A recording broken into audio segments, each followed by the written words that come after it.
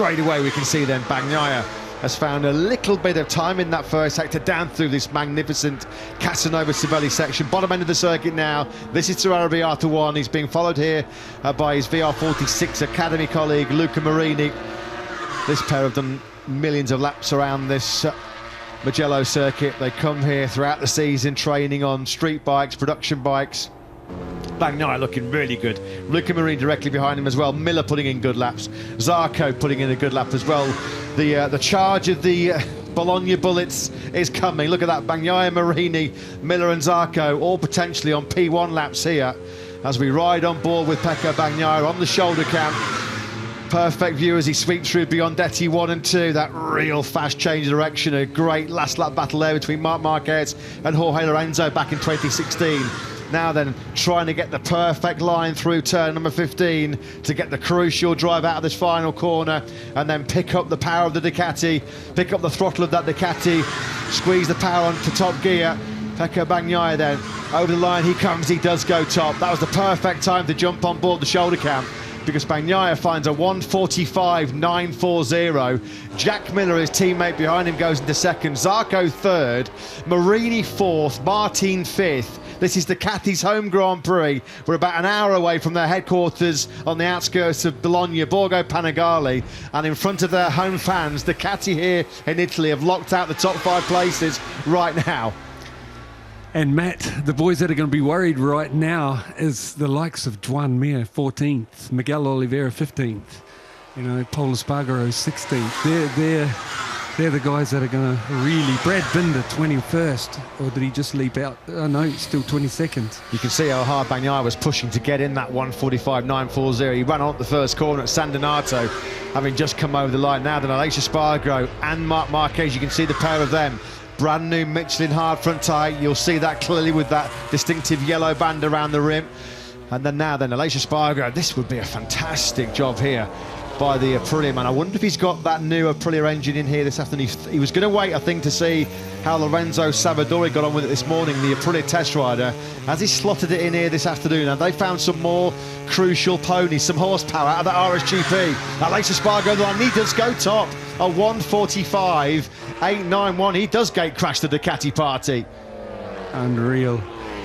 Yeah, so Aprilia are allowed to bring different spec machines, even though they've lost the advantage of being able to change them next year. They can still do it till the end of this year, and you would at a fastest track like here, and also Catalunya, the next race. You'd build something. You've got 2 extra engines. You could lose one. You know, build something special for these big fast races. So Aleix Espargaro then top.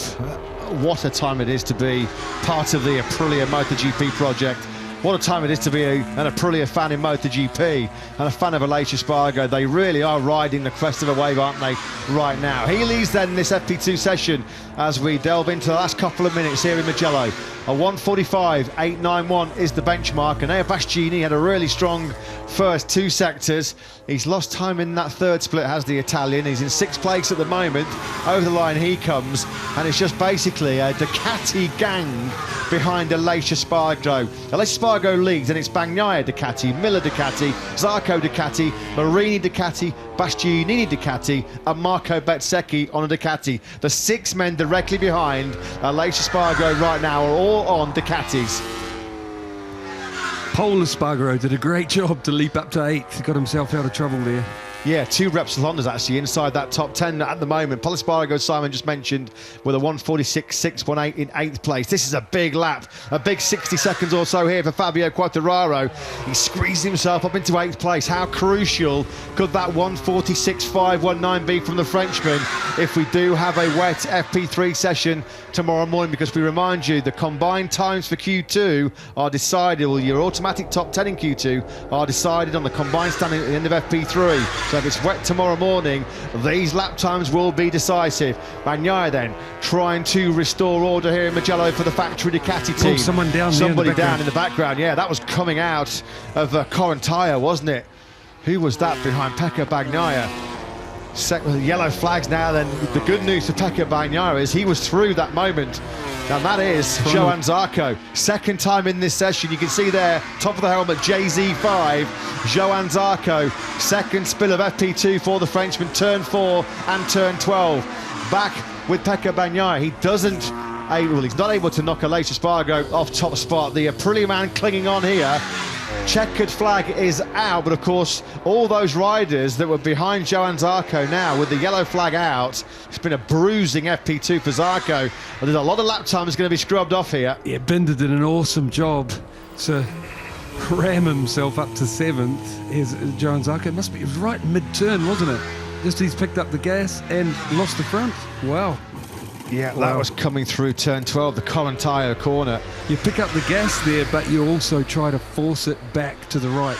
Keep the bike turning, so front tyres still working quite hard. Yeah, when all's said and done, it means Johann Zarco, despite the 2 tumbles in that session, one which of course brought out the red flags with about 18 minutes remaining, a quick clean-up operation with gravel spilled onto the surface at turn 5. Zarco looks like he's going to get into that top 10 in 4th place. Fabio Quartararo then looks like he will make it through as well, because with the Zarco incident and the yellow flags being out for a good 20-25 seconds, a lot of riders would have not been able to found more time at the end of that session. So waking up tomorrow morning hoping for a dry Mugello circuit will be the likes of Jorge Martin, Marc Marquez.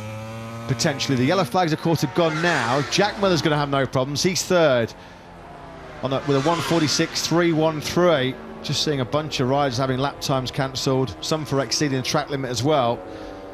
But here comes Miller, no problems for him. The Aussie will be going into the top 10 into FP3 tomorrow morning. 3rd place for him.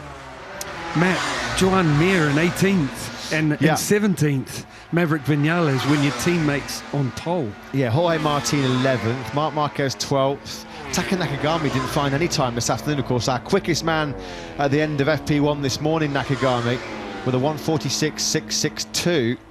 In fact, there was only 2 men in that session in those extremely hot conditions here in FP2 in Mugello. Nakagami, as Aleix Espargaro runs off, going into turns 4 and 5 as well. But he's going to finish the session in the gravel, upright, but top spot. The Aprilia dream, the Aleix Espargaro dream,